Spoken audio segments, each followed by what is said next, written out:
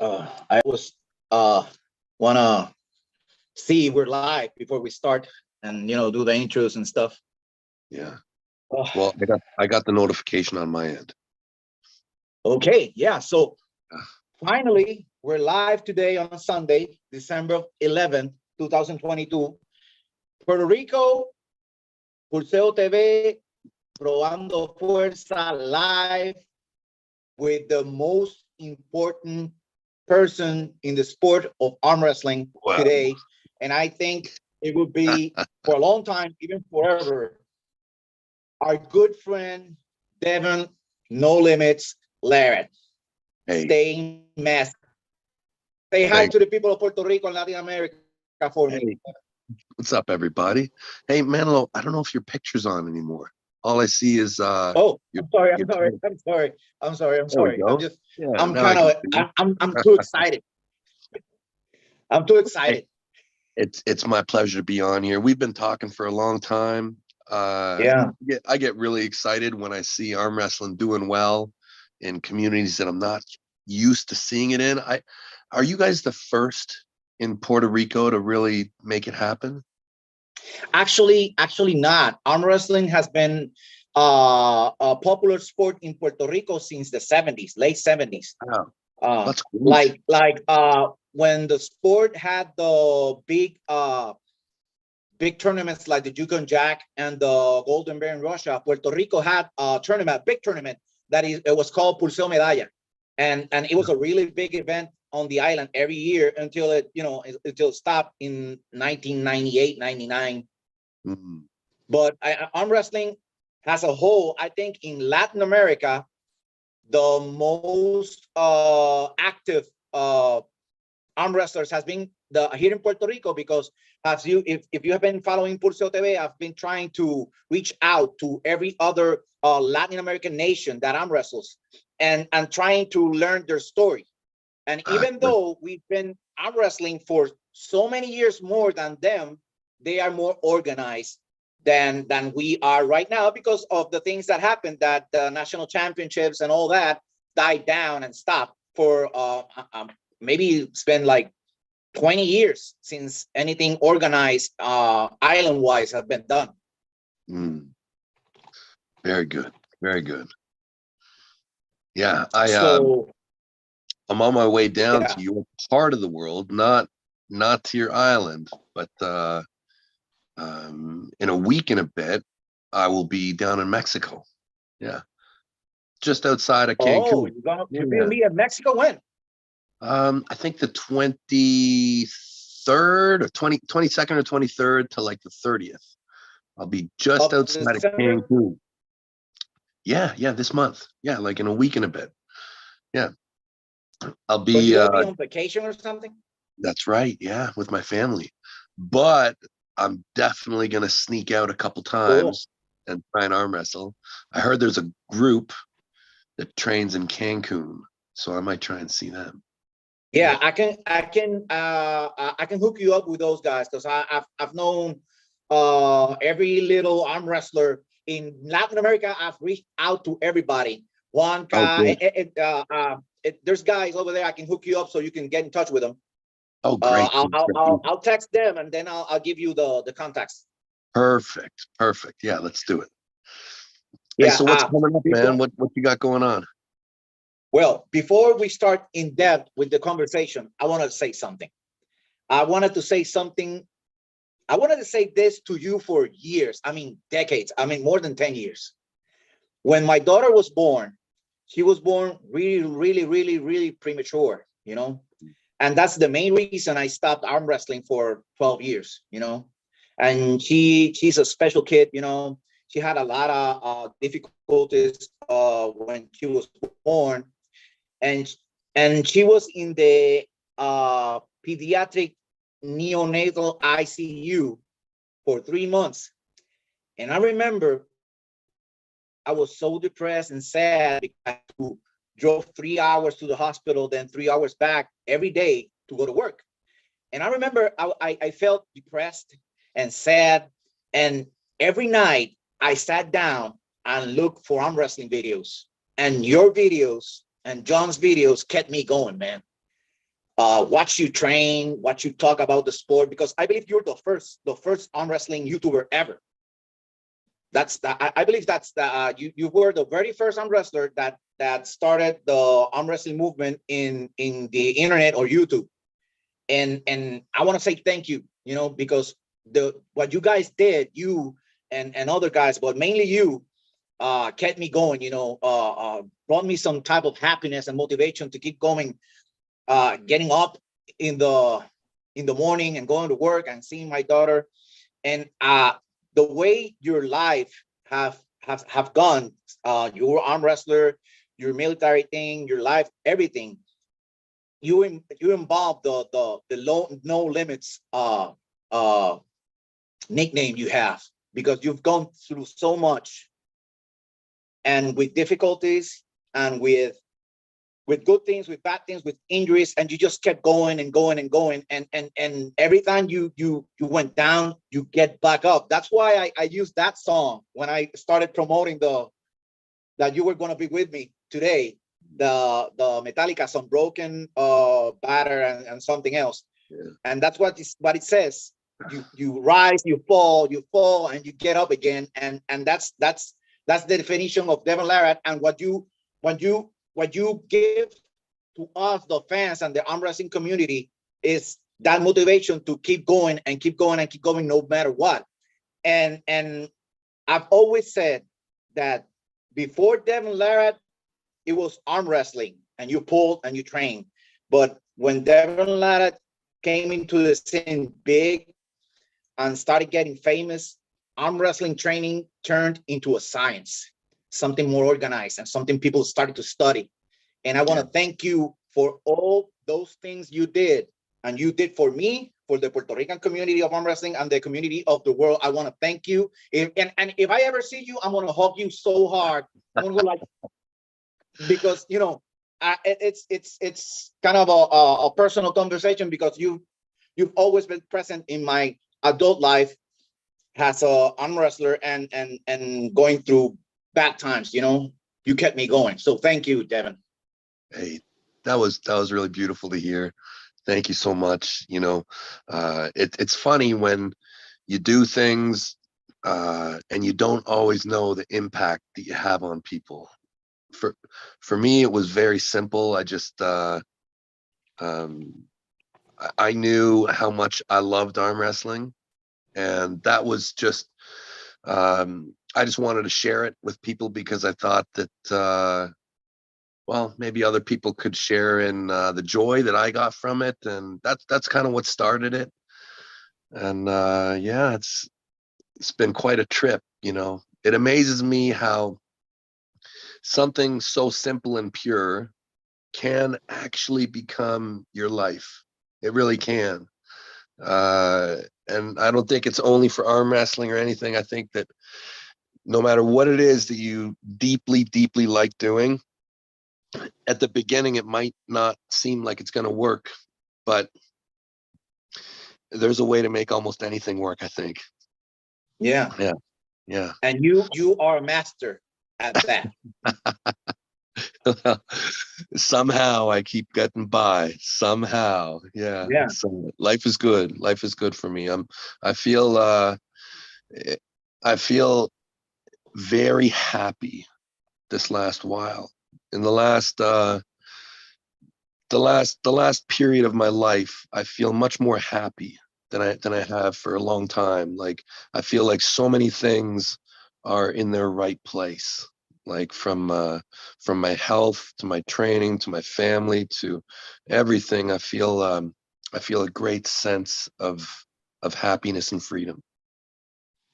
Yeah, and we can see that you look so free in everything you do, and so happy. Even if you're going through a rough match or a rough time, you always have a smile on your face.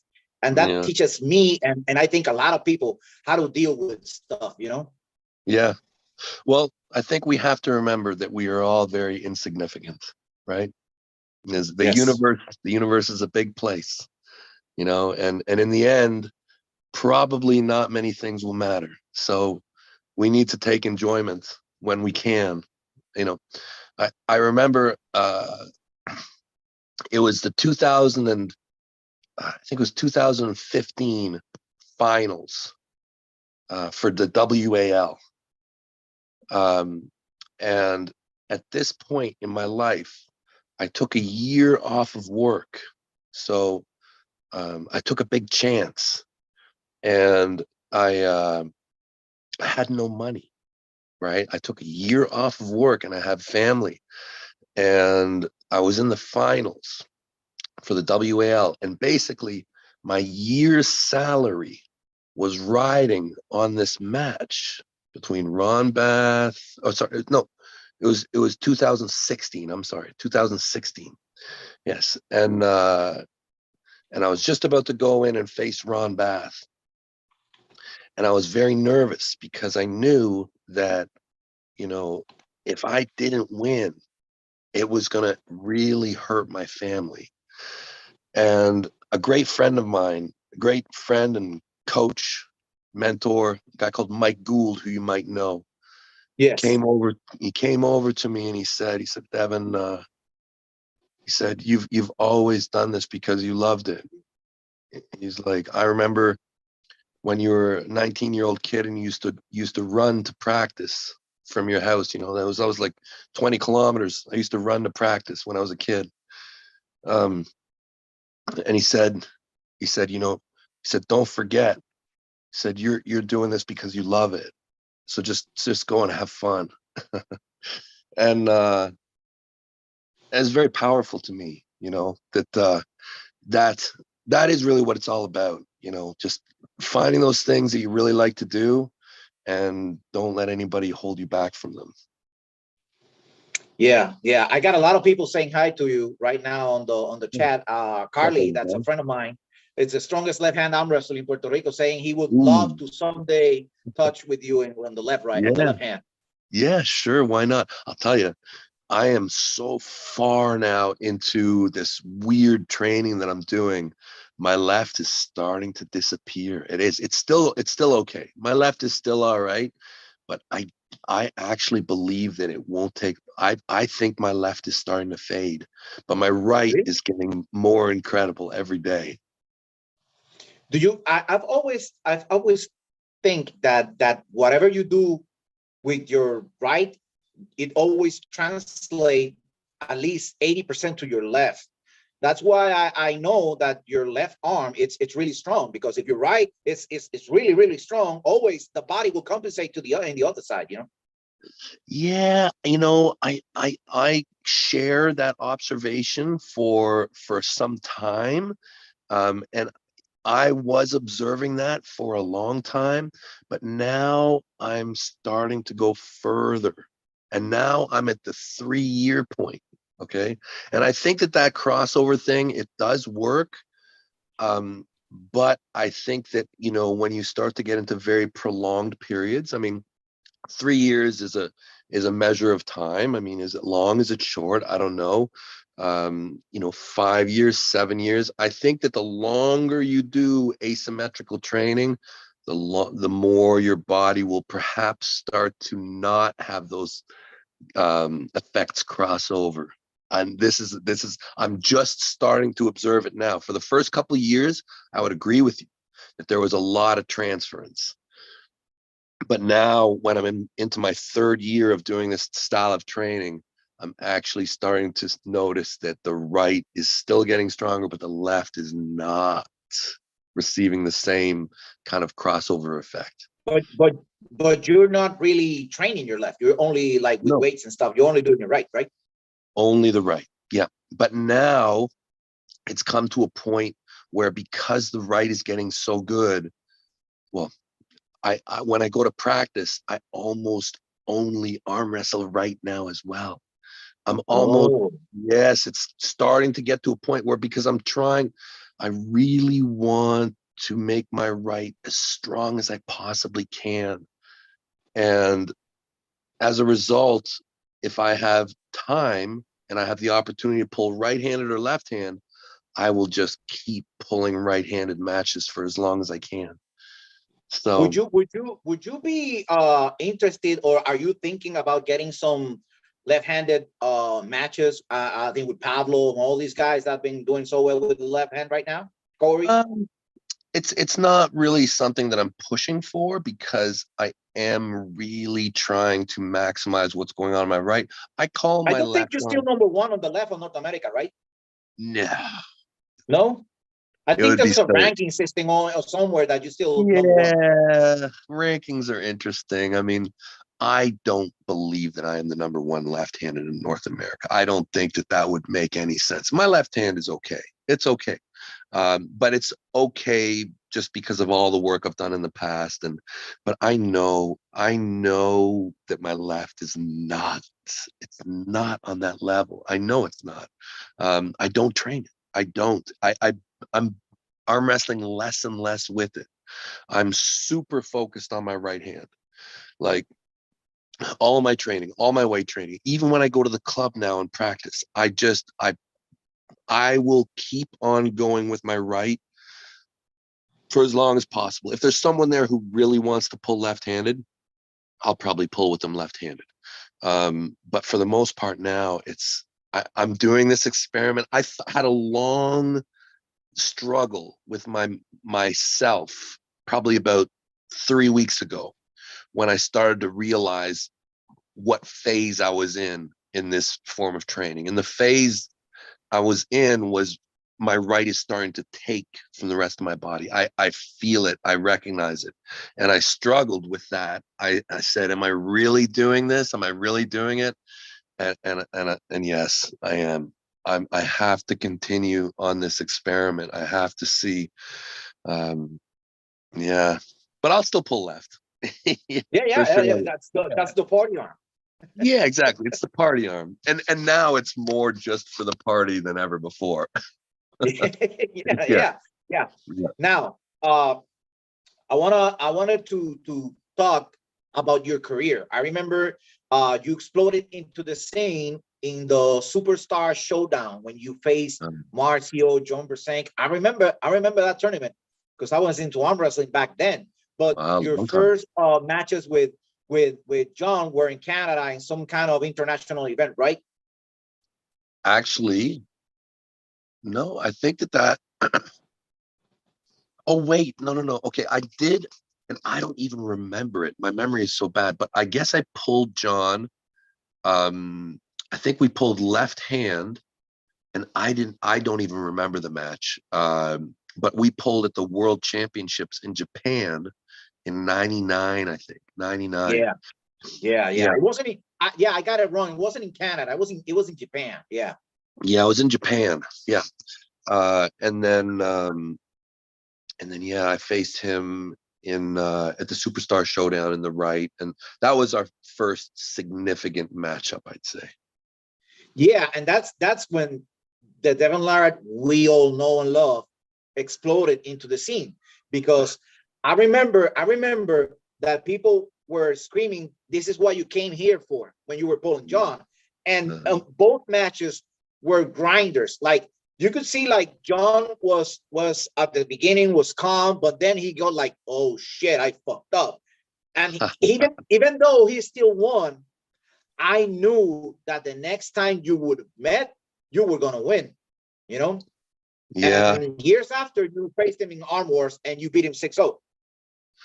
yeah, there was a lot to learn still. I mean, when you get into arm wrestling, arm wrestling is it's not a complicated fight sport.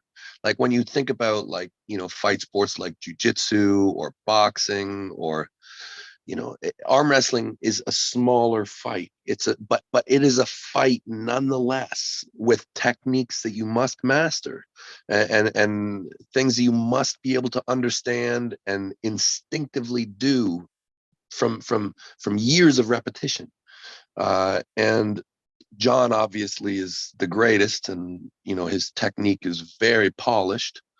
And I remember walking away from that match over the next couple years of processing it, believing that if I was a smarter arm wrestler, a better arm wrestler, that even at that point, I potentially had the strength to defeat him, that he at that point defeated me a lot on technique. Like at that point in our careers, you know, he was probably relatively, you know, the strength wasn't so far off, but the technique at that stage in our career was very far off. Yeah, yeah, Yeah. yeah. You could tell. You could tell because that Devon Larrett was the inside Devon Larrett. That he went Yeah. in and you know it tired everybody out and overpowered everyone. And I believe that in that match you were stronger. But you're right. His technique was like a level above yours, and he Yeah. could, you know, held on and eventually get you to his side. Yeah. He was probably a couple level. Well, he was a couple is probably a moderate estimate. He was definitely technically further, much further than I was at that stage. I mean, he was more versatile. He understood more concepts. There was a lot of things that he did that I did not do at that point in my career. Yeah, but that's what you have to do. You Yeah, have to go out and you have to fight people in competition, and you have to lose. And when you lose, it's very important to truly admit to yourself that you failed and how you failed. It's very important. Some people try and protect themselves somehow by making some kind of excuse or something, and it's not beneficial. The best thing you can do is to fully realize how you were defeated, yeah, and then take the time and then go back and do the work. And that's why sometimes you see arm wrestlers who will take time between because they're fixing. They don't want to show up again until they've fixed the issues, fixed the problems. Yeah, it's a beautiful sport, huh? Hey, you've been around a yeah. It's long beautiful. It's a time. beautiful sport, and I love the way that you started some time back calling it a combat sport, because it is, and nobody was saying, you know, and it is the combat sport. Yes, yes, it definitely is a fight sport. And like any fight sport, you must be strong, you must be fast, you must be endurant. But we are fighting each other. There is an opponent. It to me, it's clearly a fight sport. We're not lifting a weight. We are defeating an adversary. Yeah, And there's many ways to do it. Many ways. It's, yeah. yeah, yeah. And keeping in the line of that John match, and you defeated him after a couple of years after that match, 6-0, and you were like really superior than John, you know. How how would you explain what happened between the levels? You were like superb, like 2-3 levels above him. He couldn't budge you. Yeah. Yeah. So, I mean, what happened was, I think, you know, a lot of the things that have happened to me in the sport of arm wrestling have happened through my own trial and error. From the time I was young, you know, and I've listened to everyone I can. I've listened to all the arm wrestlers that I could find to talk to, you know, not just in arm wrestling, but bodybuilders, power lifters, strongmen, everybody in the strength world, magazines, you know, people who write stuff on strength and fitness. I try and absorb everything. But I made a lot of mistakes, you know, through my youth.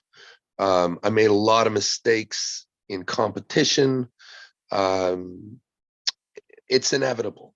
It is making mistakes. It just means you're probably playing the game, you know. Yeah, But I've played the game very hard, and I've made a lot of mistakes. And what happened was, my mistakes started to catch up with me.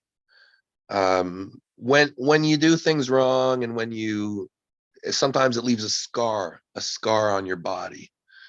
And probably by the time it was like 2011, 2012 ish, my elbow was just so bad. It was so bad. There was nothing I could do to keep myself going forward, no matter what I did. Now, there's a lot of things that I know now that potentially, you know, I know more now than I did when I was that age. But at that point, with what I knew and what I was willing to do, I was sliding down. I was sliding down no matter what.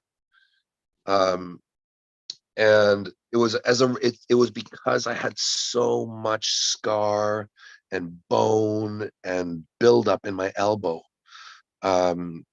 which caused me to get surgery. Now, Twice. that surgery, those surgeries, did they came after that, John, and after that practice you had with John before his match with Arsen Liliev, or before? They were after. After, yes. So you were already surgery, in pain and having elbow troubles and problems with when those matches happen, right? you know, when you're young and when you're fit and when you're healthy, a lot of your pain can be overcome. But I found by the time I was like 36, my body could not cope with them anymore. It wasn't, my body could no longer manage the amount of trauma that I'd done to it. Like, yeah, by the time, the kind of like when you look back on like the match history, the last right-handed match that I had before right-handed surgery was against Tim Bresnan in Canada. Yeah, where I narrowly won, and it's, you know, it's a highly contested match. A lot of arm wrestling experts, you know, will argue about that match and say that, you know, I won, I lost, whatever. It was close, a very close match with Tim Bresnan. And at that point, you know, I was not even able to fire in a top roll. I basically had no more pronation. It was completely, my arm basically couldn't even do it anymore. Like, I don't think I could have top rolled my wife at that point. And, you know, it was around that time when right after that, I had surgery. Right after I arm wrestled Andre Pushkar in the left hand. That's when I had my right hand surgery. Yeah. And at that point, after the surgery, that kind of started a kind of new chapter in my arm wrestling career to, you know, take me. I mean, I haven't had I had a period of surgery with my right. Then in 2016, after the WL finals, I had surgery with my left. And so now after that, a lot of things changed. A lot of things changed after that. Yeah. But when you were going through all this, you were #1 in the world, left and right. Yeah. And you were going through all this. Yes. Well, I don't think that that's unique. I would love to see, like, I'm sure that there's some high level doctors who deal with like world level athletes. And I would be not surprised if this is more the norm than it is the exception. I would not be surprised if most like world champions are carrying an immense amount of damage. I would be shocked otherwise, actually. It's just, to me, it's hard to imagine getting there without having a lot of damage. Yeah, and that's what champions are made of. They struggle and they overcome and they keep doing it. And that's what you do, and that's what you call no limits. And it's very, very true, you know, because after, even like, I remember when the Cyplenkov thing was going around, like I said, I follow arm wrestling and I follow you for years.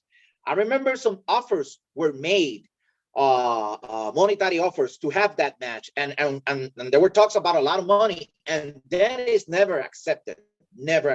But then Masurenko gave you the fight with Cyplenkov on left after, I don't know, 10 months after surgery, and you just said yes and took it, you know, and that's what champions do, you know. Yeah. Well, at that point, you know, it was interesting, you know. We wanted the match with Dennis because, so Dennis obviously was dominating on you know, in Eastern Europe, and he started his real domination more towards the end of my reign in the right, more towards the end. But during that time period, yes, we absolutely tried. There was a few offers that were made. Some of them were more feasible than others. We had some very legit offers, which were just very simple, that he would get paid, that there were not a lot of conditions. We had greater offers that there were more conditions attached to them. But yes, there were offers that were made. It's unfortunate that Dennis and I never got To to me, meet again. the impression I got was that Dennis was like evading you at that I point. don't know that it was Dennis. I think that there's a lot lost in translation. I just want to say straight up that I think Dennis is one of my favorite people in the sport of arm wrestling. I think that he is, in terms of strength, he is on a different level than almost all human beings. He is incredible, and I do believe that his strength comes from his mind. I do believe that. I believe he's a very focused, very methodical, and very And confident. He looks very confident.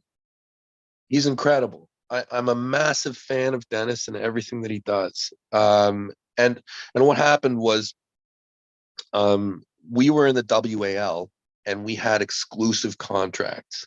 So that meant that we needed to pull, in accordance with the WAL league. Now we could ask and get permission to pull it here or there, and it was very seldom that we were ever told no. Very seldom.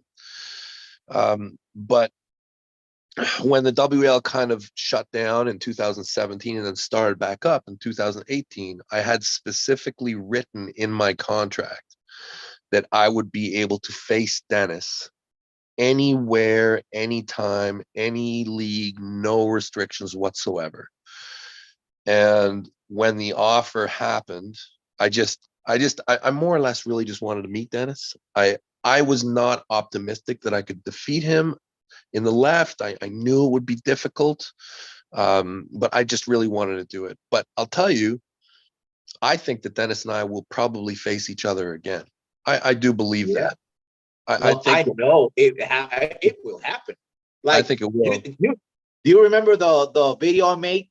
You're looking for reckoning. That's right. That's right. And the thing is I think that Dennis now, like I saw Dennis again a few weeks ago in Turkey, and I believe that he is still that guy. He still is.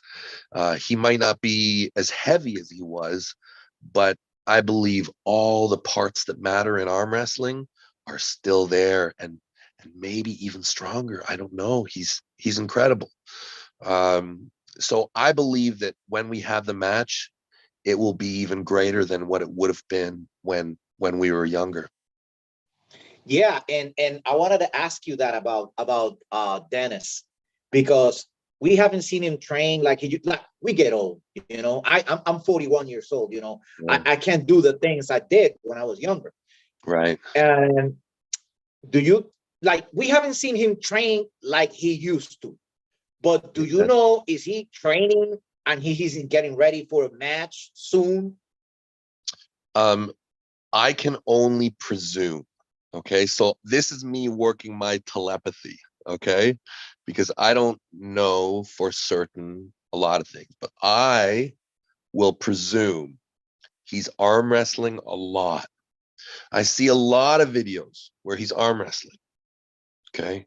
And he appears always to be in control, comfortable, the one who's holding and having no problems. This is what I see all the time with Dennis: holding, control, no problems.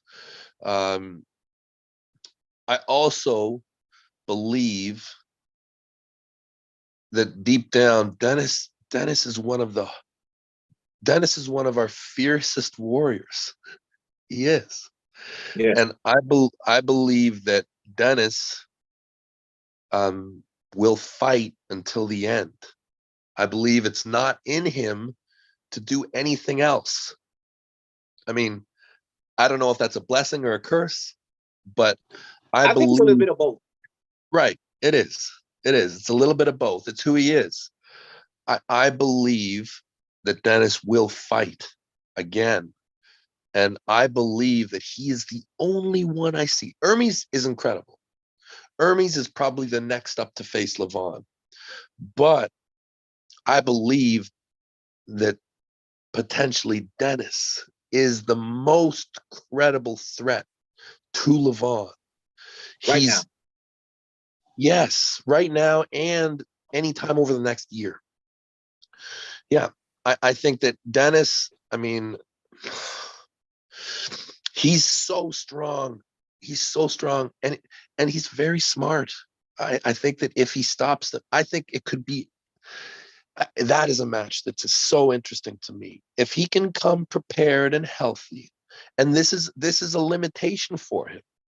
From what I understand, and again, don't quote me because I'm not his doctor, and there's a lot of things that are lost in translation. But what I believe is that he has some stints, some things in his veins, in some places in his body, right? Okay. Yeah, and those are crucial for his health. So what it means is if he ups his blood pressure too much, the stents could potentially move. Okay. And that would be bad. So I get it now. That's why he cannot train hard like he used to or go hard. And even affecting his attitude on the table. That's why he's always calm. Yeah, these are things that you can presume. That's serious. Yeah, and now again, okay, don't take what I say as gospel because I don't have all the facts. But these are things that I believe. But I think that even with all those concerns, I still believe that he may be the best chance. He may be. People don't understand. People think that, oh, Dennis got sick and ill and now he's weak and he's nothing. No. Dennis still on his deathbed is gonna beat almost. He's not the same. He's not the same. Now, I know you two guys are gonna face each other again. I think so. But right hand or left hand? Oh, it'll be right. It'll be right hand. There's no point. Yeah, I'm going all in on my right hand now, and I believe that Dennis is also actually doing the same thing. I believe that he is. He might be doing a little bit more left and right, but I think that he is focusing on his right hand. I believe that. Yeah, you can tell because just because you go to an after pool or a practice and you lose a little bit on with this guy or that guy, like I've been 20 plus years in arm wrestling, so I can tell if which arm is fatigued more than the other one, and like on this East versus West where Kurdecha after pull with Dennis, and he had him on I think it was right, like he was beating Dennis easily, like Dennis wasn't even putting up a fight, and that tells me that he was more fatigued on his right, you know, actually, and he was like protecting it. I think you got it backwards, buddy. Backwards? Was it backwards? I thought that Dennis was winning on the right and losing on the left. No, oh, yeah. You're right. Yeah. He was more dominant with the right. Yeah. I think he was. Yeah. Which is interesting because still you're gonna have a match with the right hand and you're gonna win. That would be awesome. It would be great to face him. I'm a huge fan of his, and yeah, that would be a match that I would get really excited about. Yeah, and people sometimes give me shit on social media because I always been backing you up. Even I'm a very grateful guy, you know, and you've done things on your channel and social media that has helped this platform in Puerto Rico with, I don't know, showing a picture or just saying hi, and what you've done for me in my personal life and for the sport, I will always be grateful. And you could be facing the Hulk, and I will always say Devin is gonna win, because Devin is gonna go all out. You know, he ain't gonna leave anything. Like you always walk out of the table happy, because even if you lose, you give everything. You leave Yeah. everything over there. You know, and Yeah. it's like let's talk about the Levan match, right? Mm. People know you got injured, but they don't know how or when. And correct me please if I'm wrong. I talked with Paul Lynn, and he told me that your injury happened in the setup on the second round before the go. Was that Right at the right? goal. It happened right on the go. Yeah. So what happened was, so my overall game plan with Dennis, sorry, not with Dennis, with Levan. with Levan was just to maximize the amount of work that I put through his arm. I thought, he's stronger than me in almost every way. Well, probably every way, I thought, but perhaps my conditioning can take us to some kind of even playing field. So I thought, I have to do everything I can to put as much work into his arm as possible. And King of the Table is a 3-foul system, right? So I believe that I was sitting on 1 foul, 1 early start in the second round. And so I was going into my next setup with him, and I knew I had 2 more fouls before I lost. So I actually I was trying to basically kind of initiate the match, or false start. Like I was in a place where I was going basically full out before they said go. So basically throughout the setup, I got to a place where I was maxing out. I was maximum load, and Levan was just holding it, right? And then when they said go, he still had another ability to hit through. So he was able to hold my maximum output, and then he hit. And so it was at this instant that my bicep tore. Right there when I was fully loaded. And then they said go. And my muscle just. But you changed from the first round to the second round. Like in the first round, we could see that you were loading outside for your open top rope. But then when the second round came, you were ready from the beginning trying to go in.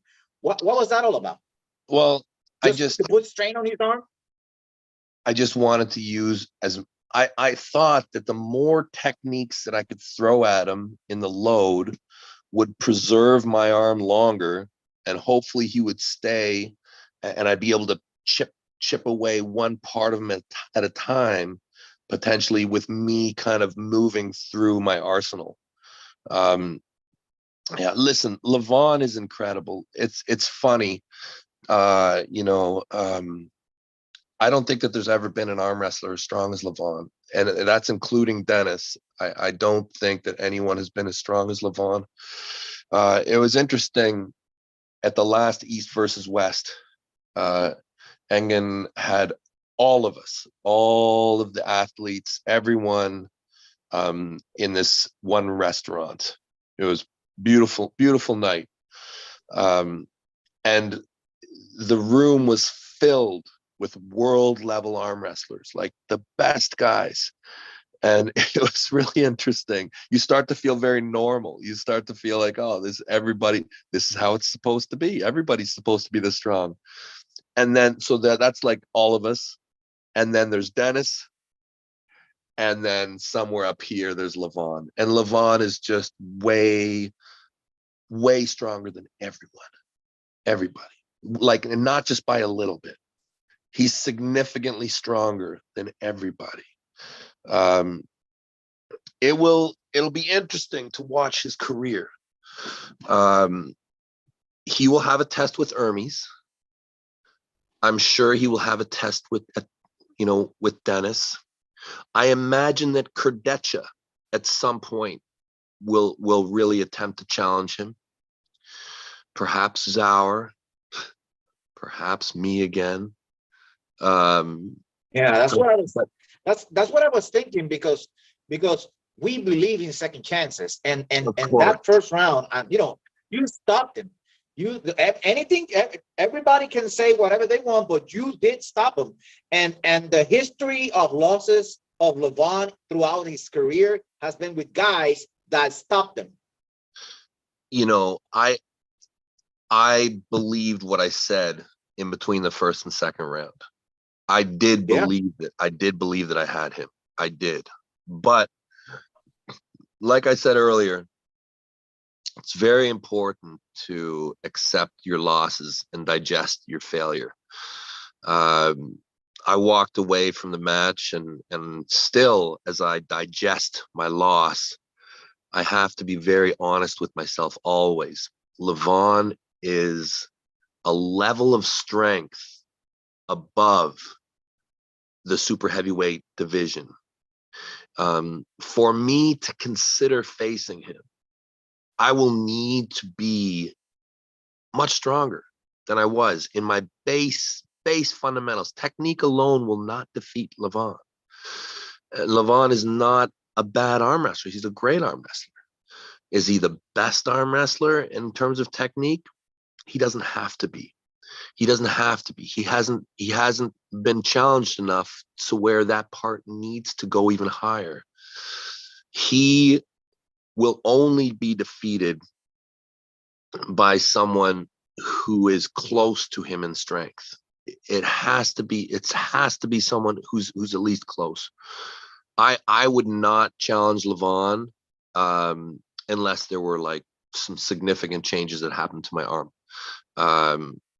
I like the 115 kilo class. It's really nice. We will get to that.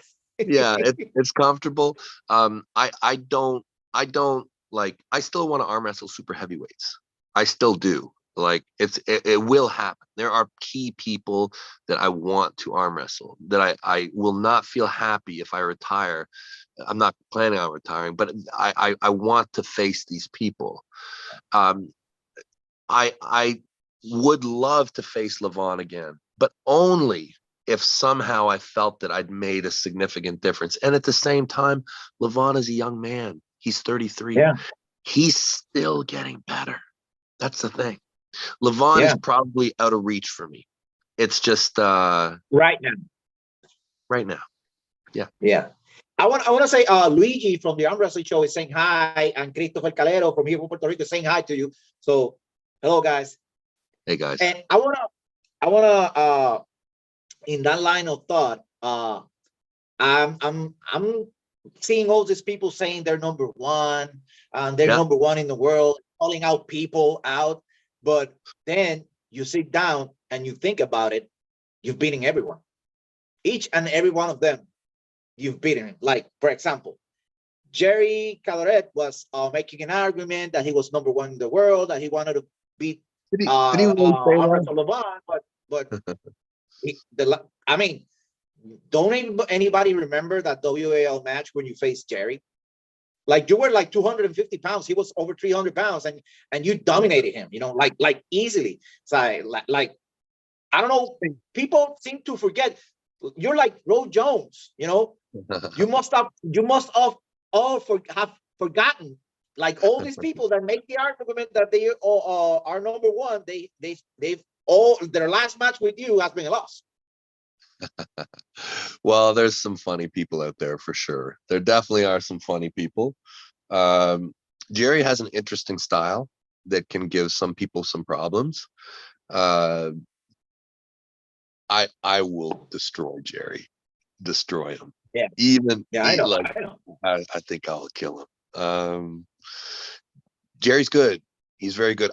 I'd be interested to see Now Jerry may have an easier time with some of these top guys than I do, because he has a very interesting style, and depending on his opponents, how good they are and how versatile they are, they may have a problem. You know, the thing is when you look at the super heavyweight division these days in modern history, it's dominated by outside arm wrestlers, Yes. top rollers, Levan, Cadorette, Hermes, Vitali. You know, most of the top 10 is all top roll. Jerry is very interesting to throw into that mix, because I think that if the guy is a top roll and nothing else, there's a big problem. There's a big problem when you face Jerry.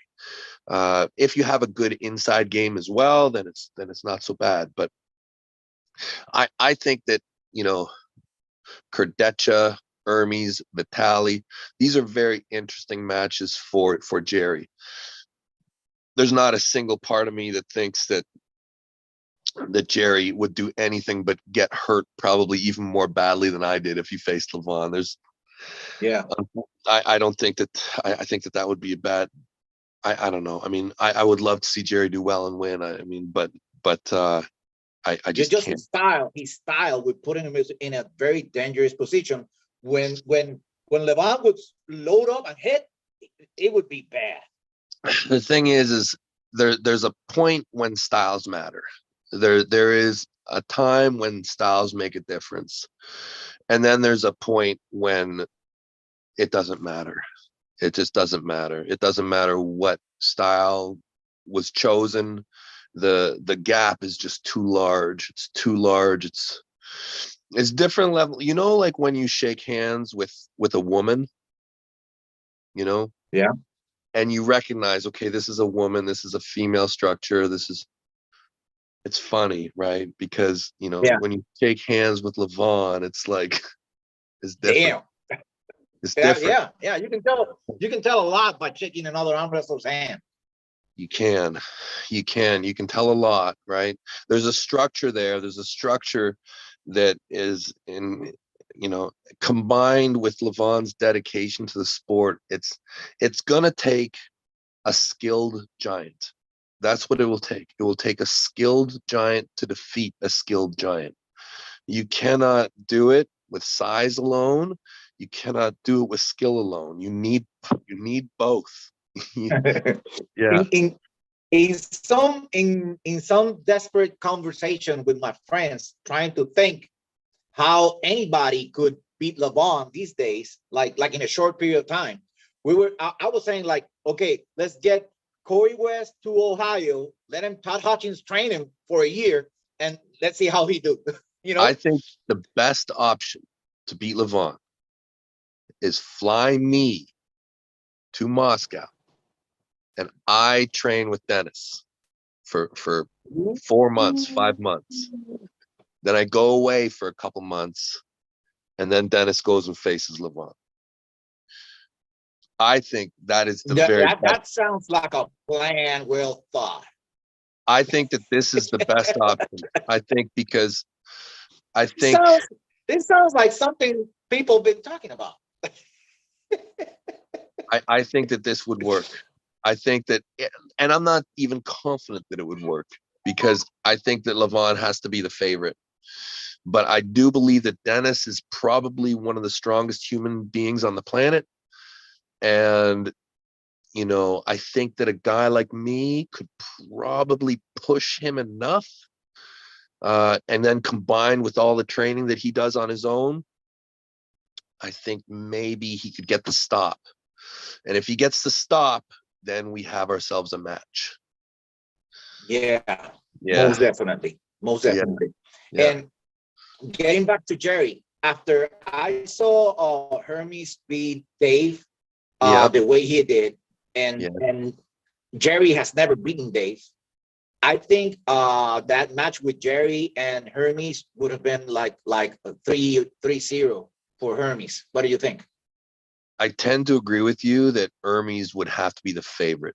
The style is interesting. It is interesting. However, I do not. The thing is Hermes has the ability to top roll and press. So and Hermes is strong all over his hand. He can cup his wrist incredibly. He can top roll explosively. He can bring his shoulder forward. He will be very difficult for Jerry. I believe that stylistically Jerry has a nice opening against him. I do think that. I do not. If I was to place money, I would place it on Hermes. Okay. Now, Yeah. Jerry has this match in East versus West 6 with Georgie.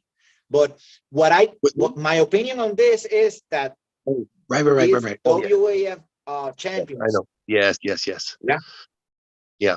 Good match. I think Jerry's going to win. Yeah, me too. Yeah. Because Great there's a match. difference at the level you guys are and the WAF. There's a difference. Well, yes, there is. But I don't see it's Georgie, right? Is he going against Georgie? Yeah, Georgie. Yeah. I don't know how to pronounce his last name.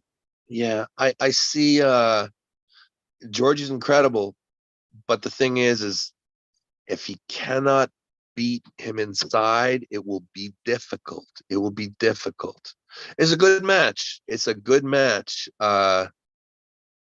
It is going to be a tough one. These are world level guys, world level super heavyweights, and they're means a lot. George is big, like he's bigger than Jerry. Yeah, and his forearms are stupid big. I got 20-inch forearms. I think his are bigger than mine. Oh yeah, he's huge. Yeah. Every time I see a picture of him, I'm like, oh my God, like so much strength. Very strong. Yeah. Now I don't know. It's hard to call those matches. It's hard to call them. Yeah. But for me, basing my decision or my analysis in the history of the WAF champions against professional arm wrestlers, like at the level that you are at, I've always seen them like in the receiving end and losing. Like Arif only beat on East versus West. This guy, his name, I don't remember his name. The guy from Bulgaria, Krasimir. You know, when he faced Hermes and other guys that are your level, he didn't have a chance. Well, I mean, there's a transition. I mean, and it depends on the country that you live in. I mean, for a lot of athletes, it's WAF is the best place you can be. You get in the WAF and you stay there, right? It's financially incentivized. There's a lot of Jody's so funny. There's a lot of reasons why. Say hi to Jody for me. I'm a big fan of Jody. Do you want to say hi, Jody? Anyways, she's being funny. Where was I? You were saying about the WAF being incentivized by the government and all that. Yeah, I mean, a lot of guys transition, right? A lot of guys take the step from WAF to going pro, but a lot of guys never do because you know they're comfortable with the WAF. They like the WAF. A lot of the best guys start there. They start there. Yeah, I mean, we'll see. I think that it's going to be a really good match. And Arif is pulling as well. Arif is pulling this one as well, isn't he? He's got a big match, East versus West. Who's he pulling? Yeah. I don't remember who he's pulling. I know he will be on the event, but I haven't seen the opponent. Yeah, it's a good one as well. I forget. I could check. I know we have him on Armbet, but yeah, I can't remember at the moment. My brain is terrible. We're gonna see Pork Chop on East versus West. Yes, now that. Yeah, and I think he can beat Surab. I think he can beat him. The problem with that match for me is because it's very close to me, right? I have a very strong bias for Pork Chop because I train with Pork Chop all the time, right? Okay. He's my number. Engin just answered your question, and Arif is pulling Corey West. Oh, right. Yes, yes, right. Great match, right? Hello, Engin. I want to have you on the show too, Engin, please. Yeah, that's the guy right there, Engin Terzi. And you talk about Yeah. people who are making a difference in the sport. Nobody's doing what Engin's Yeah. doing right now. That is Yeah. that is the best thing that's happening in the sport right now. It's been like I love what is going on in arm wrestling like right now. Yeah, Because it's good. the only sport that this is my opinion, this is my theory. Arm wrestling came very strong out of the pandemic because it was the only sport that didn't stop. It got you to Dubai with Larry Wheels, and then the ball started rolling with the King's Table. Then Engin came with the East versus West, and then we got the Monster Factory. And right now, all this harmony that we have on all these promotions are getting, it's like peaceful, and arm wrestling is directly going to the Olympics in 2032. I mean, it's already in the World Games. It's already in the Paralympics in the 2028. And in France 2032, we're going to have arm wrestling for the first time. And it's all thanks to you, Engin, Larry Wheels, and all these people that have been doing so great and have brought harmony to the community. It's a movement. Arm wrestling is like a big wave, and we are all part of that wave, right? There's no stopping it. We all know, like, there's too many people. You go into clubs now all around the world, and the clubs are full, and they're filled with young people who've been arm wrestling like 2 or 3 years. Guys like us who have been around forever. It wasn't like that when we were young. When we started off in the sport, most of the clubs had senior people. Like, I remember coming up in clubs where, you know, there was a couple new guys, but most of the guys were like, you know, they've been arm wrestling 8 or 10 years. And now every club that I go and step in, 2.5 years and under, there's a floor filled with them. And then there's a few guys who are older. Yeah. Sport is growing. Yeah. Sport is growing. Yeah. Even in Puerto Rico, we were a small community, and new guys are sprouting everywhere, you know, and we are like trying to start to organize to have Puerto Rico participating in international events. Like the vice president of the WAF in the United States, Simon Berriochoa, he called me up. And I was like, who? Are you really Simon Berriochoa? Who? Why are you calling me? And we started conversation, and he invited Puerto Rico to participate in the first WAF North American Championship that's going to be held in Mexico in February. And I'm trying to organize and have a couple of our guys to travel over there in February and participate and get certified as referees and all that, so that as Simon told me, so that a Pan-American Championship of the WAF can be held in Puerto Rico, maybe at the end of next year, you know? And awesome. and what we talked about is, like, we go to Mexico, we integrate to the WAF, we get certified as referees, then we come back to Puerto Rico, make do a national championship. And after that championship, hey, Jody, I love Jody. Like, you're the power couple of fitness. Like, you're the better couple, the best couple of fitness. Well, thank you very much. I apologize for just jumping in. I'm heading out, so I just thought I'd say a quick hi and run out the door. No, thank you. I'm a big fan of Jody Larratt. Big fan. Oh, and I still wanna see the super match between Jody and Mrs. Rebecca Todd. I want to see that. Well, you know, the world wants a lot of things. You never know what will actually transpire. Maybe maybe sometime in the future, but certainly not today. That's for sure. That's cool. That's cool. Thank you for saying hi. My pleasure. Absolutely. Take care, guys. So that's what's going on in Puerto Rico right now. I'm trying to do meetings. Good. You know, so I think that's where I think that there should be a lot of focus put on WAF by all the countries. I think it's very important to have that for all the guys coming up. I don't think we should ever lose track of that. As much focus that is put on, you know, the high level pros, it's very important that we have tournaments to bring in everyone, to have everyone compete. You know, it's very important. Like, we had a tournament here in Ottawa just a few weeks ago, but a month ago maybe. And we had almost 500 entries, all new guys. Like, so many new people are just looking to compete, just looking to enter their first tournament. And the WAF is, you know, a fantastic avenue for young athletes, you know, that, yeah, I mean, you get to see the world, you get to see the level of athletes all across the world. It's, you know, that's where I started.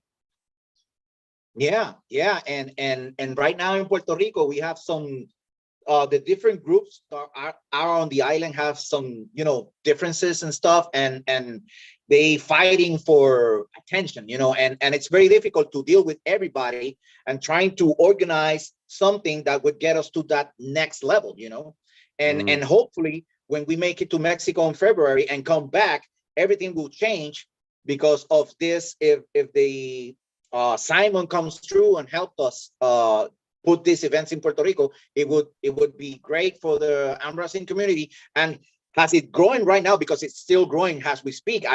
Through social media, especially Instagram, people DM me asking me where they can find a club so they can start learning and all that. And you know, I'm this is what I do. Like, I don't make any money out of this.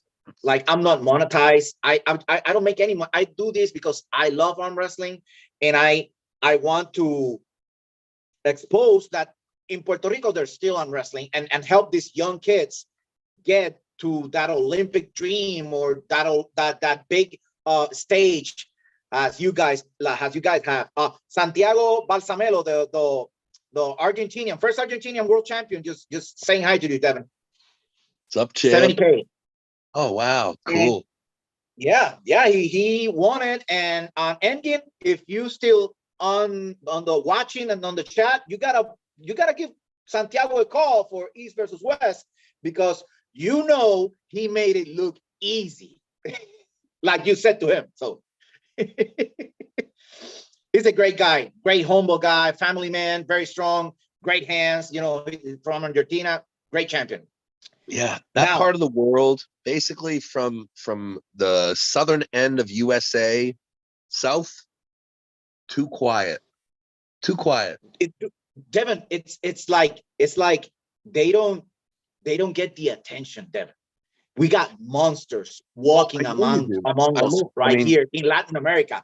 Yeah, guys as big as Cliff Dean on wrestling, you know, big guys, strong guys. We just don't get attention. Like I said, they're very organized, and they do like international events between them, but they don't get that world exposure, you know. And that's what I'm trying to do through Buceo TV, expose all Latin America into the world of arm wrestling. Like, I've been always is a gentleman, you know. We have talked through text and all that stuff, and I've been trying to like, I was the first guy that recommended Adam Warsinski to go to East versus West was me, after Adam defeated Noel Nunez. He's a Puerto Rican. He lives in Florida. You have pulled it, right? I know him. Yeah, he's incredible. Yeah, and like, he's our champion, you know. And I started following Adam. Strong guy. Yeah, he's very strong guy. Now, and he's only 198, you know. But yeah. And when Adam beat him in the super match they had, I started DMing Engin about him. And at the end, like we got him in. Like, Engin, I remember Engin when he, like, Adam pulled Paul Talbot and injured his thumb, and he got his chance, you know. Engin called Adam and asked him how good Adam was, and that's what I want to do for the Latin American people. Like Gabriela Vasconcelos has been on East versus West, but Brazil is not really Latin America because they speak Portuguese. Latin America is the countries that speak Spanish. That's why Spain is considered Latin America, you know? Okay. So So I'm who are the very best pullers from Latin America? right now, I would say Santiago Balsamelo, Jefferson Antillan. Yeah. He's from Peru. Yeah. We got Jose Castillo from Uruguay. He's like really big, like Okay. you big, like big. Okay. He's almost Okay. 400 pounds. Really? And I'm telling you, we got monsters walking That's in Peru. amongst He's us. in Peru? Yeah, he's and no, that Jose Castillo is from Uruguay. Oh, from Uruguay. Okay. Yeah. Yep. And we got Juan Carlos, Juanca. I call him Juanca. He's from Mexico, very strong, very strong. And of course the Puerto Ricans. We got Joe Cortez, who lives in Puerto Rico. They call him Mr. Back Pressure. He is he's on the 190-pound class. We got Noel, who lives in Florida, Noel Nunez, who you know him, he's really good. Yeah. And we got Richard Calero up in Ohio. He's really good. He's been arm wrestling for a long time, all the up and down at the East Coast. And we got Arturo Pizarro. He's from Las Vegas. And you have met him in Brandon Allen's house. And in the when you went and pull Eric's photo and practice with Eric, you met Arturo back then. Yes. So who do you think is the strongest arm wrestler in Mexico? In Mexico, well, Mexico is a very big place. Yeah. And right now, you know Derek Smith, right? Yep. I will get you the name. I will get you the name of the guy because I don't really know it, but I've seen him. Derek looks small besides this guy. Oh, really? Yeah, he's like 6'10" or something. Wow. 300 plus pounds. Yeah. There's a picture where Derek puts his arm to elbow to hand, with comparing to his arm, and it's like this. Like, wow. It's like, that's the difference. Hey, it's really big. Can you get him to I'm Cancun? gonna get him for you. I'm gonna get him for you. But he's not from the Cancun area. He's from the kind of upper part of Mexico near the border. Like Tijuana? Yeah, like Tijuana. He's from that area. Okay. But he's like big, and I haven't seen any videos, but my friends from Mexico, he won the tournament. Like Derek Smith went over there to ref the tournament. Yeah. And after that, the guy won his division and then had some after pulling with Derek, and Derek had nothing for him. Really? Yeah, I'm telling you, Devin, we got monsters walking amongst us in Latin America, but they haven't been discovered. Oh my God. Well, listen, tell that guy we talk. Yeah. I'm gonna be just outside of Cancun for about a week. Okay. If he wants to come down and do a match one night in Cancun, I would do it. I'm gonna call him. I'm gonna talk to my contacts and get the guy. Yeah, that'd be a ton of fun for me. Yeah. Yeah, and it's a good like a good opportunity for Devin starting to influence in Latin America. Oh, I'd love to get down. Yeah. It'd be a ton of fun. Starting with Mexico, we'd love you to have you in Puerto, and I know we've been very close to having you in Puerto Rico. I know. Yeah. I know. We talked about it a lot.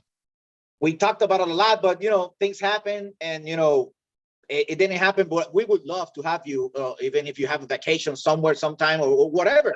We can put something together. And I know you're a busy guy and you got a lot of things going, but we would love to just come down, hang out with us. Maybe if we do a national championship, we can have you as a guest, or I don't know. Well, let me tell you, anytime between November and April, it's very easy to convince this Canadian to get down to Puerto Rico. Oh, well, we got it. Very easy. Yeah. Yeah, not too hard to do. I got people here, John. I know you're listening and you're watching and you're trying to get things going. So you just heard Devin. We got to work on this. Okay. It's not hard. It's not hard to do. Yeah. It's not a hard thing to do. We just gotta work on this, and like we've always Devin and I have spoken like for years, right, Devin? Yeah, long time. Like a long time. We've been talking through social media and stuff. So I think it's time this happens for real, you know, and we gotta come up with something and get Devin down here. Let's do it. Let's look at March or April. March or April. No, not that one, John, not that one. February, Not that March, one. April, somewhere in there. Yeah. Yeah, April is my birthday. That would be cool. Mine too. Yeah. Really? What's Yeah. your birthday? April 24th. Okay. I'm the 18th, April 18th. Close. It's close. 18th of April. Yeah. Yeah, we're close. Yeah. We like, I've known like we got like a lot in common, the way we think and all that. We got a lot of things in common. We would like get along very well if we met in person, you know. Yeah, man. Well, and if you come to Puerto Rico, I will show you the west side of the island, because everybody wants to go to San Juan. Why? We got beautiful places, Rincon, Cabo Rojo, you know, places where people can have fun, and it's a beautiful place, but nobody ever, you know, comes down here, you know. You just stay in San Juan. Okay. Hey, sounds like a plan. And listen, if you want to come up to Canada here, let me show you what's going on right now. Ready? And look, you can look outside my window. Yeah. Damn, we gotta go. I gotta go. Like, yeah. It's snowing like damn. Yeah. But cold. I was on Tuesday I had a live with Kevin Palco and with John Terrian. He's he's a neighbor of yours. Yeah. And we were talking, and we were kind of planning, like I would travel to Ohio, visit Todd Hutchins, and then drive up to Canada to visit you. Yeah, you come on up here, man. We'll take care of you. We'll love to have you. Yeah. Come on up. I'm thinking of doing that. Yeah. Yeah, well, you stay in touch. I mean, we have great arm wrestling here. If you come up, so even just here in Ottawa, just right here in Ottawa, we practice 3 nights a week. But like, it's not far drive. I mean, if you want to arm wrestle every night, there's clubs all around here: Pembroke, Kingston, Picton, Belleville. We can go to Montreal. Everything's close, and good arm wrestling up here. Good arm wrestling. We love arm wrestling up here. Joe Cortez, the strongest arm wrestler we have right now, right-handed in Puerto Rico, just came in and he's saying hi to you. This is the guy that when you ask which are the strongest Latin American pullers, this is one of them. Oh, great. Like Joe is a really, he's really strong, really strong. Joe Cortez. Joe, you want to come to Cancun next week, or do we say when I get to the island? When I get to the island, we can do it then, or come on over to Cancun next in like a week and a bit. Yeah. Yeah. Well, no, Joe is a strong guy because Joe, he works in constructions. He's a welder, you know. Okay. And he works with his hands like every day. And I've seen him do things with his hands. I say, God, because like, you know, like this bag of cement that is 50 pounds, but you know, you pick it up and it moves because it's just a powder inside the bag, right? But Joe grabs it with his fingers like this in each hand and just walks with them like nothing. Yeah. I mean, I'm 280 pounds. I can curl 250 pounds in bicep curling. I cannot do that. You know, no. Joe is like country boy strong. Yeah. We've got a few guys like that around. I'm not like that. I'm so specialized now. I only can beat you up on the arm wrestling table. The rest of life, I'm like I was talking to John Terrian, and John owns his construction company, and he's like that. His workouts are working, you know, and you cannot underestimate a guy that works with his hands. It's true. Yeah, hands are very special. Getting back to the East versus West topic, you got Porkchop to face Syrup, and I believe he can beat Syrup. But I was thinking, in that Legends match, like they did with Cobra and the other guy, why don't the Engin brings Crazy George? That would be something. You're definitely not the only person who's thinking that. You're Like, definitely how not the old is only Crazy George right now? How old is George now? 75? Well, I think George is like 71 or 72. I talk to George every once in a while. George is not his best. I mean, it's hard to be your best when you're 71 or 72. Yeah. George is light. George is like 165. Yeah. Okay. I would love to see George compete again. I would love it. Against Engin is an incredible match. Incredible that match. The thing Yeah, is that would be actually a great idea. it would be great. Engin, I think, is so busy. Like Engin is promoting like nobody ever has. And I know that I almost wouldn't even want him to compete because I know how busy he is. And it's just, you can only do so many things. But yeah, to have that match would be awesome. Yeah. Engin versus Yeah. Crazy George. That's a good match. I think that Engin is, oh, well, who knows? I'd like to see it. I'd like to Yeah, see it. but Engin looks like he's still, he keeps in shape. Well, Engin, He looks good. yeah, for sure. And but I think he is still far from his best shape. Engin, I don't think he's training right now. I don't think he is. I think that he's got some injuries that he's nursing, and I think he's just so busy that I don't think his head is where a competitor's head is. I think Yeah. I know. I understand. But yeah. I saw that he got some stem cells on his Yeah. elbows and hands and all that, right? Yeah. You did the same, right? Have you having an MRI after the I need treatment? to get no. That's very interesting because so I got MRI. Well, so I got it done the first time, and then I got an MRI, and then I had stem cells again, and I will likely continue to get stem cells. I'm a huge believer in them. I think that they really work. I really do. Really? You Yeah. like you did the treatment and afterward you felt something like really different? Yes. So the first time I had it done, um, what happened is I went on to do something that I don't believe I should have been able to do. Like, so I mean, I've been arm wrestling a long time, and I kind of know what I can and can't do. And what I did after I had stem cells, I don't believe I should have been able to do. So, and I have to think that potentially the stem cells were one of the few things that had changed. So I think that potentially the stem cells impacted and had some kind of an impact on my performance. But Like, do you follow strongman?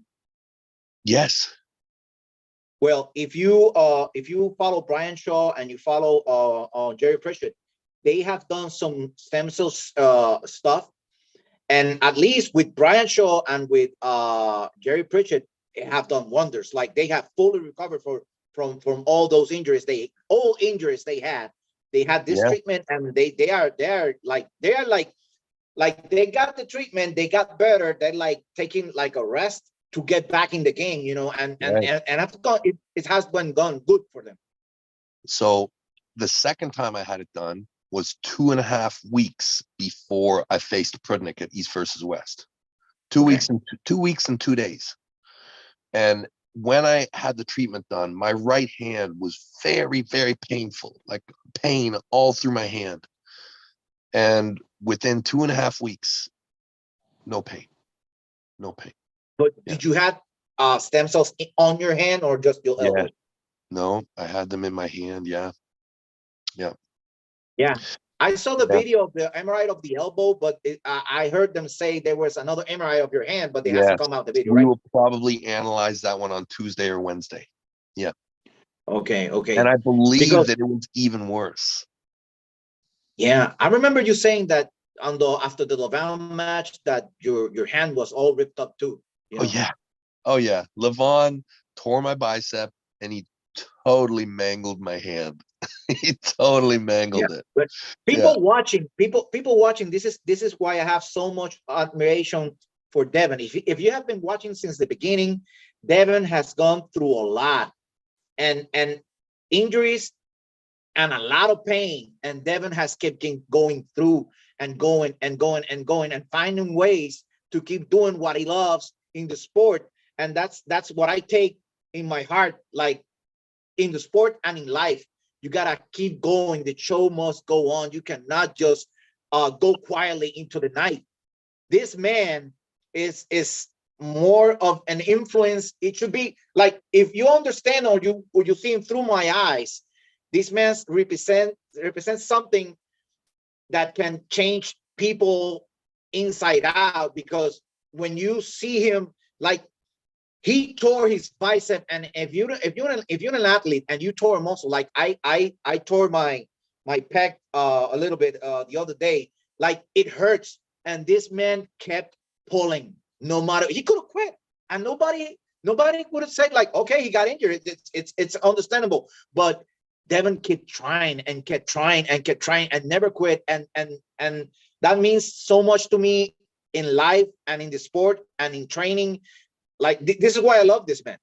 I love him. Like we're like family. You know, I feel like I've known him my whole life. Thank you, brother. Thank you. Well, listen, I'm getting emotional.